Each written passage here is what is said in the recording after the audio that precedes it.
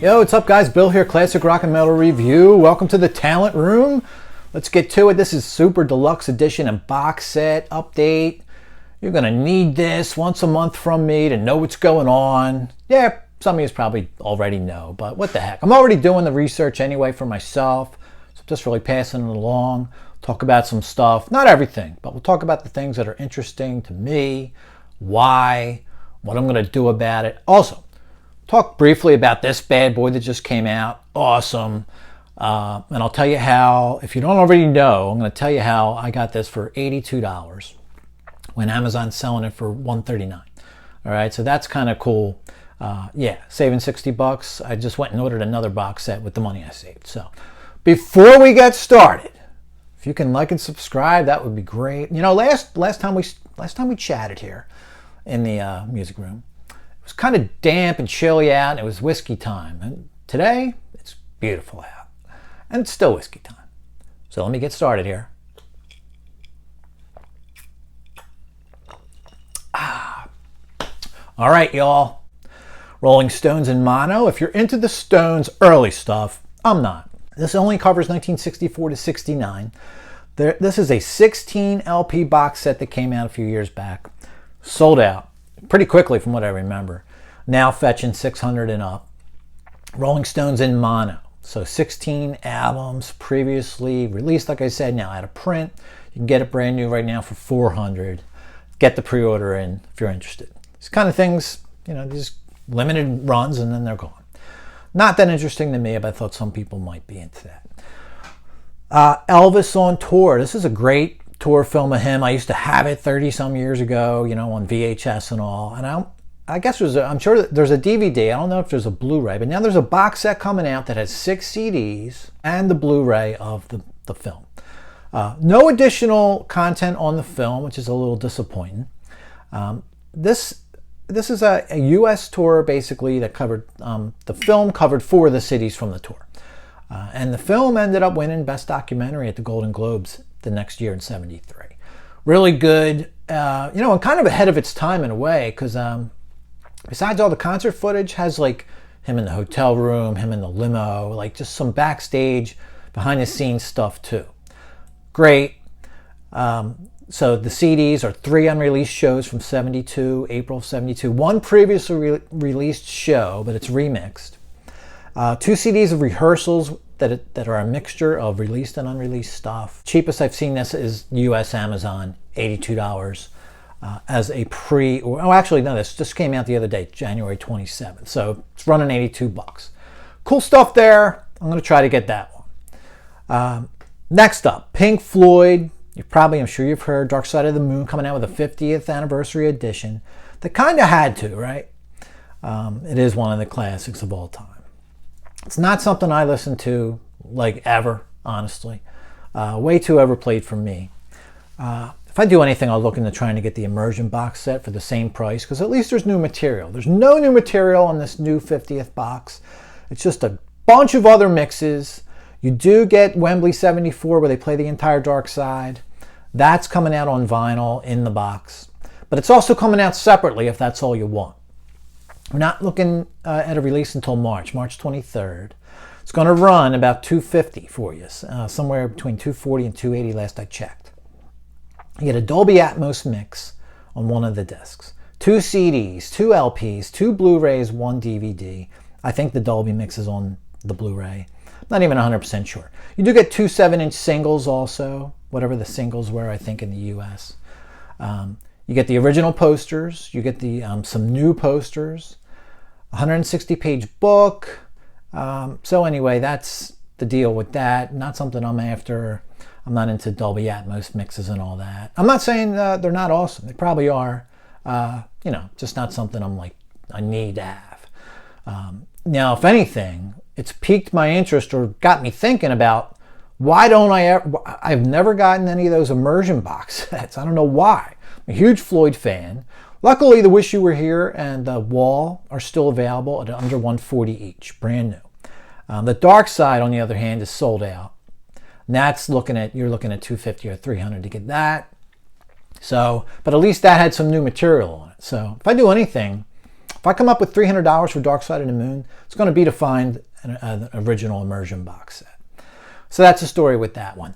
Another really cool release, and I'm thinking about getting this before the price goes any higher. And I'm not the hugest fan of Alan Parsons Project, but I do like them. I have their album, discography on CD. Came in a box set kind of thing. Turn of the Friendly Card. Now, I think this is a really good album by them, and I'm not a huge fan of a lot of their material that's on their entire catalog. But iRobot's awesome. And then I would say Turn of the Friendly Card from 1980 is probably their second best album. 3 CDs, 1 Blu-ray. This is coming out February 24th. You get the original CD is going to be remastered. You get 32 bonus tracks on the other 2 CDs. The Blu-ray has a 5.1 surround mix, high-res stereo mix. There's some promos, TV ad for the album. It's region-free. You get a book, you get a poster. Now, this was originally going for $82 as a pre-order in December. Now it's already up to $100 on Amazon. Still obviously just a pre-order. So that's about what it's going to cost. But you know what? I'm kind of kicking myself for not getting the Eye in the Sky box a few years back. That might have been running 100 something. It might have even been up around 180 or something. That came with the vinyl album and I think 3 CDs or something like that. Now, of course, that's out of print. Now you're looking at 300. So, if you got it, like I said before, if you got the notion about getting something, you might as well just fork out the money and get it. It's only going to cost you 3 times more once it's out of print. So that's probably what's going to happen here. All right, so next up, Thin Lizzy. Man, these guys just hit us with a 1-2 punch, and I wasn't even aware of Life Live. 83 live album. I just found out about it like yesterday or 2 days ago. I didn't even know it was being re-released. I don't have that album. I heard it once on YouTube, I think. Not even the whole thing, but a little bit of it. That came out January 20th, as did the Live and Dangerous box set. There seemed to be some sound issues on the original Life Live, if you read the reviews on it on Amazon and such. And they seem to still be there, according to most reviewers, on the new version. The Thin Lizzy website, which is finally active again after years of basically lying dormant, states that it's remaster. However, one of the reviewers on Amazon is saying it doesn't say that anywhere on the literature of the CD, which, by the way, the literature is a lot of pretty sparse, even compared to the older CD that I was looking at. So, if anything, I don't know what to tell you. I don't want to say it's not a remaster or whatever, but the people are really generally happy with that album overall. It's not like the sound issues were huge. I'm just saying that it doesn't sound like, according to at least 3 or 4 reviews I read on Amazon, it doesn't sound like it's much improved, if at all. All right, and finally on to the release of the week, probably release of the year, at least up till this point. Live and Dangerous Super Deluxe Edition. You get 8 CDs on this bad boy. The original album, which of course notoriously sort of criticized for being patched up in the studio and what have you. I mean, what live album wasn't in the 70s? I don't have this album, so I was super glad to get this for, obviously for the 7 other shows that are a little more real, regardless of what's going on with the official album. So absolutely thrilled with this. At the end of this little diatribe here about the album, I'm going to tell you how I got it for $80. I think the sound on it's pretty good. It's a little loud and a little compressed. The highs can be a little screechy here and there. Not bad, don't get me wrong. It doesn't sound horrible. It actually sounds pretty good.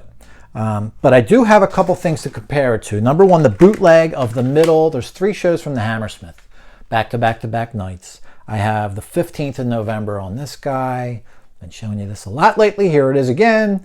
I have the middle, so I compared it to this. Much more bottom end on this thing, but overall the sound's a little flat. You get a nice sort of spectral stereo sound with the new additions here. All right, it does sound cool that way. You do lose some bottom end though. It's a shame they couldn't just find some happy medium in between this rough, raw recording and the box set on the Hammersmith show. And honestly, same to be said for this, the October 20th Tower Theater show, Philadelphia, PA. Still Dangerous. This came out about 10 years ago. When it was new, I grabbed it. Super into Lizzy at that point. This one only has 10 songs though, okay? So the new edition on the box set has 14 songs. And I would say about the same. Now this one sounds better than, of course, the bootleg, Hammersmith bootleg. But it's a little flat, you know, it sounds pretty good, but it could use a little punch. And like I said, again, you get that sort of spectral sound coming out of the version on here. That's awesome.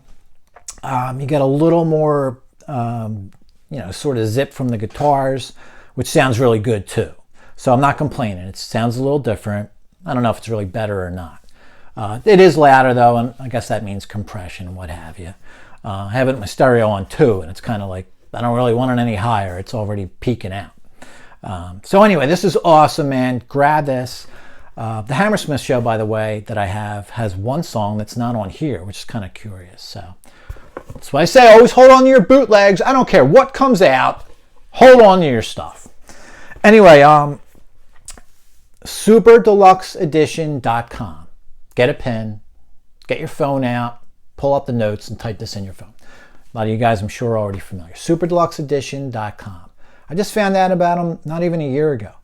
And I'm on their mailing list, so now every week or so I get an update from them. Any box set potentially coming out, I get told about it immediately.